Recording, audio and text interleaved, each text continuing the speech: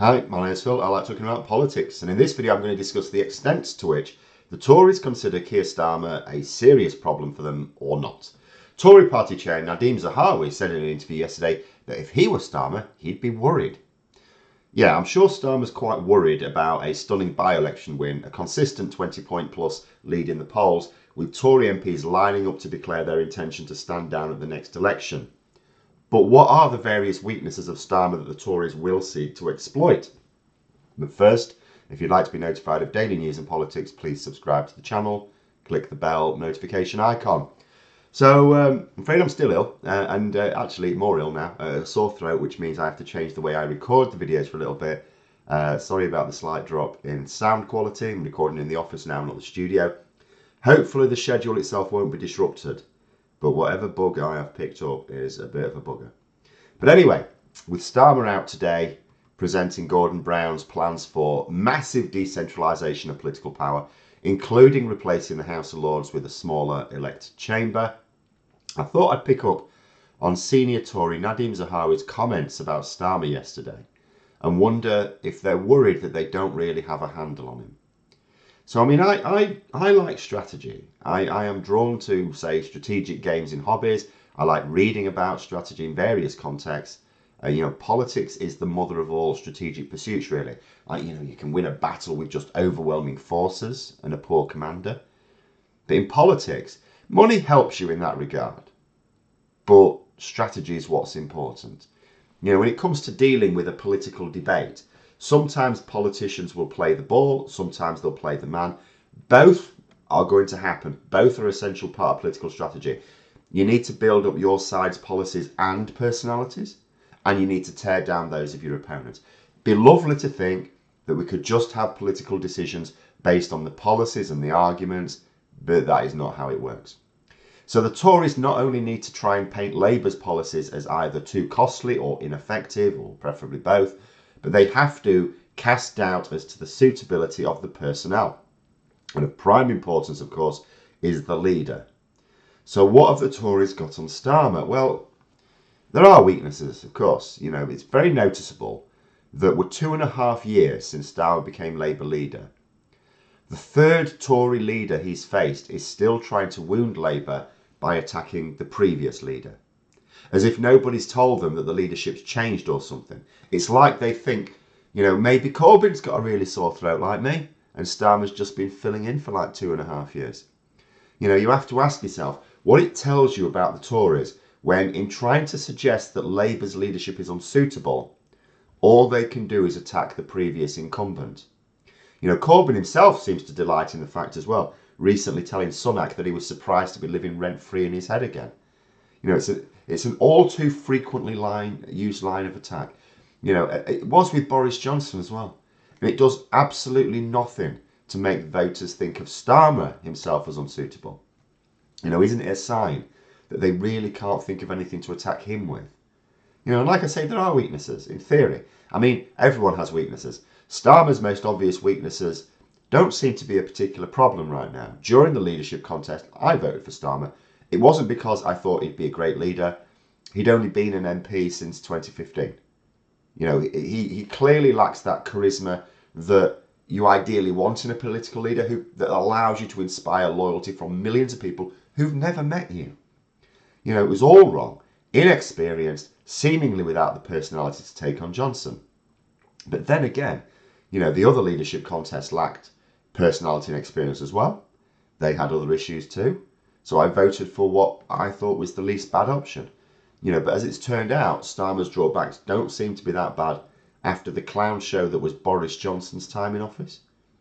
I'd still say a bit of fiery oratory would be a huge plus, but you can't be something you're not. He's not a great public speaker. But then you could argue neither was Clement Attlee or Harold Wilson, although they were probably a little bit better than Starmer in that regard. But I tell you what Starmer does remind me of, or who, and that's the former cricket captain Andrew Strauss. I am often seriously reminded of him. Now, for those not into cricket, don't worry, I'm not going to delve too deeply, but I will explain. So Andrew Strauss, I often thought, was far too timid in attack. He was too cautious. It often seemed that, the team would be on top and it's like, right, kill the game off now. And he just never used to finish that killer blow. with that sort of aggressive pressure that you would absolutely see with a very good Australian side, for example. But the thing is, he won. The team won so well that England and Wales ended up the #1 test team in the world. So despite what I thought, my opinion, was some clear drawbacks in his captaincy, at least when comparing him with the best captains in the history of the game, he still won. And the team became #1. And yeah, you can argue it wasn't during a time of stunningly awesome Australian, Indian or South African teams, but you can only play what's put in front of you. I see the same in Starmer, really. I think he is too cautious. With his Brexit stance, for example, yes, I can understand the position he has to take strategically. It's impossible to attack, especially given the polls. It's clearly working. I still see people attacking Labour's Brexit position as strategically unsound. It's like, have you seen the polls? But I do despair a little about how much he has to keep using this very strong language. I think, is that really necessary? The same applies to, say, public sector pay. The real terms pay cuts are so severe that, yes, it probably is impossible to put it all right overnight with a new budget. But instead of Starmer saying he doesn't want to make promises he can't keep on pay, which then allows people to say, oh, so he wouldn't actually increase the pay of nurses and so on. Why not just say, well, the last Labour government provided inflation above inflation levels of pay, even making up for years of Tory neglect, without breaking established fiscal rules. Hints that it will happen without giving that firm commitment. And just as with Strauss, I think he's cautious. You can argue too cautious is better than too reckless. Too reckless and you can easily snatch defeat from the jaws of victory. Caution has its risks, but is at least born of respect for your opposition. And it's not like he's shied away from confrontation or anything. Everyone's talking about the next election being a foregone conclusion. People behave as if we're just counting down the clock. I am very confident myself. I'm very confident. But I do accept that Labour can't be. They have to behave as if it's all still to play for. If they start cruising, if they start behaving as if it's an easy win, inevitably, then the conversation turns to, okay, so now we can afford to maybe change our offers a bit, maybe throw in a few potential vote losers that we can afford, and before you know it, you could find your poll lead disappearing. It's also the case that he's not exactly up against the strongest Conservative front bench that Labour have ever faced. You'd think, well, how would he have matched up to the likes of Thatcher or even Cameron? And you'd think, well, maybe not so well. But that's not who he's up against. He's up against a trio of leaders who have been very far from stellar themselves. The bad, the mad and the boring. That's what he's had to deal with, and he has dealt with it. The Conservatives have got no record to stand at the next election. You think about what they've done. Austerity is nothing to boast about, especially when it's still going to be going on after 14 years come the election. Brexit will still be their happy place, but they can hardly argue that they're delivering the benefits. Remains to be seen how they're viewed in terms of handling the pandemic as more information comes out of the inquiries. But even if we accept that too many of the public will give them the benefit of the doubt, that's not something that people see as a future benefit. The only serious reform they implemented was in education, GCSE grading.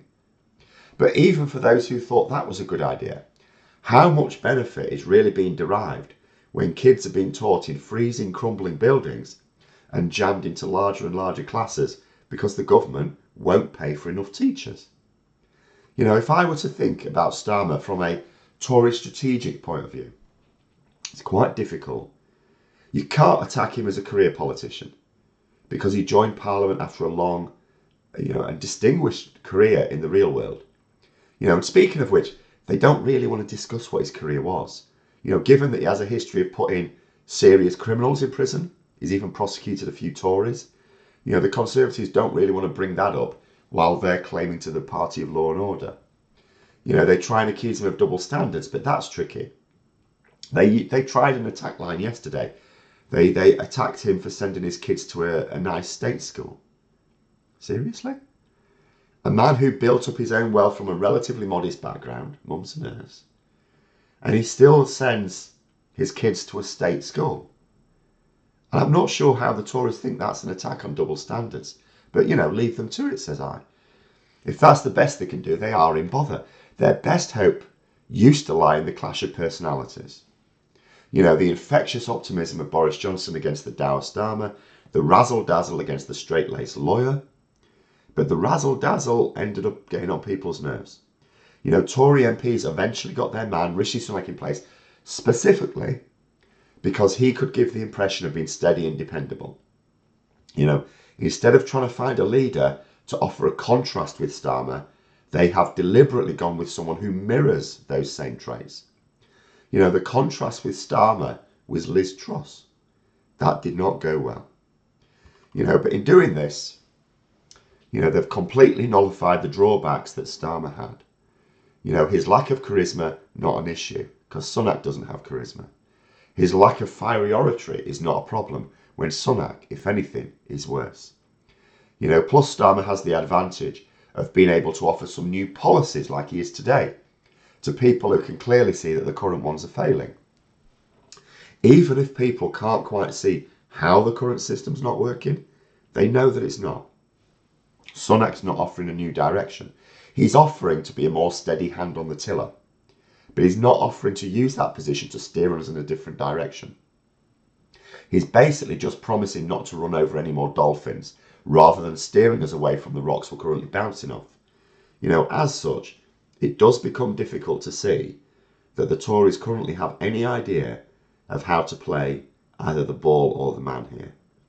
And that's before people harden to the Tories' lack of readily apparent plan after what is going to be a brutal winter for millions. So going back to Zahawi's comments that he'd be pretty worried if he was Starmer right now, I would say Starmer's natural caution, yes, probably does make him more cautious than complacent, but I'm not sure worried is how I'd describe him. If anything, he actually looks more relaxed than he did a year ago. But there we are. Those are my thoughts. Let me know yours in the comments below. I hope you found the video interesting. If you did, please click the like button. And if you'd like to support the channel further, the join button for memberships.